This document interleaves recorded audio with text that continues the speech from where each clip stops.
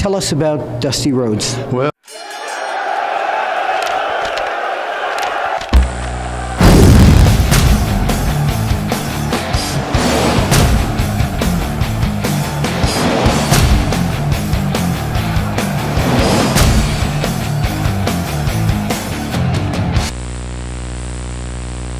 Everyone, Bill Apter for the Apter Chat here at OneWrestling.com, and look who I found here at the NWA Legends Fan Fest. And Greg Price, thank you for doing this again.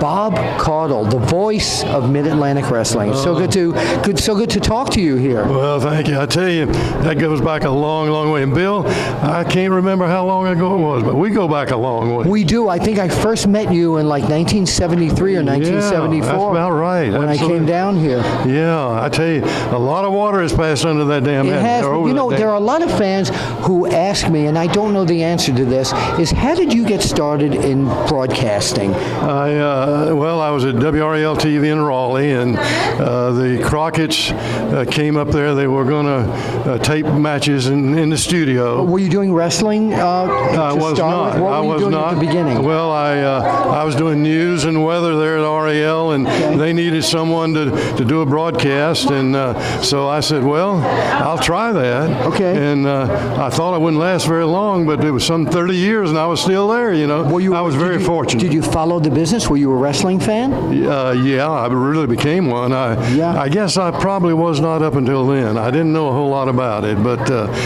I hope I learned a little bit about it. But it was just a great time. And Bill, I tell you, the times have changed, and it's not like it used to be. Totally different business. Totally now. different, absolutely. Well, you know, I always tell people what happens in the ring is still pretty much the same thing, but the window dressing has changed, right? Absolutely, no doubt about it. Yes. But I tell you, these fan fests, aren't they great? Let me tell you, I saw, and I know you saw them too, but the first time in, I guess, 30 years that Jim Ross and Tony Schiavone and I were all able to get together. Oh, I know and what that. a time that was, you know?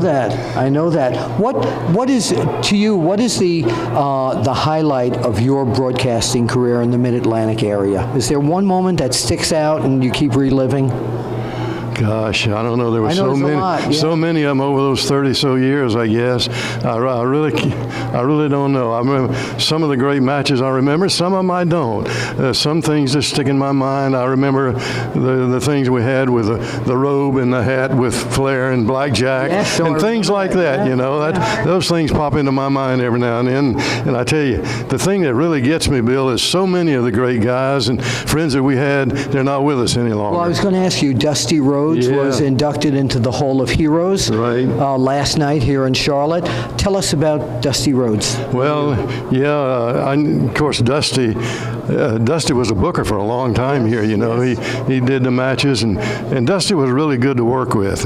We never had any problems. Dusty never fussed at me much. So as long as you did what Dusty said, you were okay. You know. He was the booker. Absolutely, he was the booker. He was the boss. That's right. He was the boss. Yeah, actually, I thanked Dusty the last time I saw him a few years ago. I said, I want to thank you very much for being one of the people who put me on television. He says, Willie, that was the first booking mistake I ever made. So thank you, Bob Caudle. Thank you. We love you. We love you so very much. Well, you're a living legend, and I'm glad that you're still I'm just around. glad I'm living. You know? Yeah, well, I'm glad we're still around doing all this.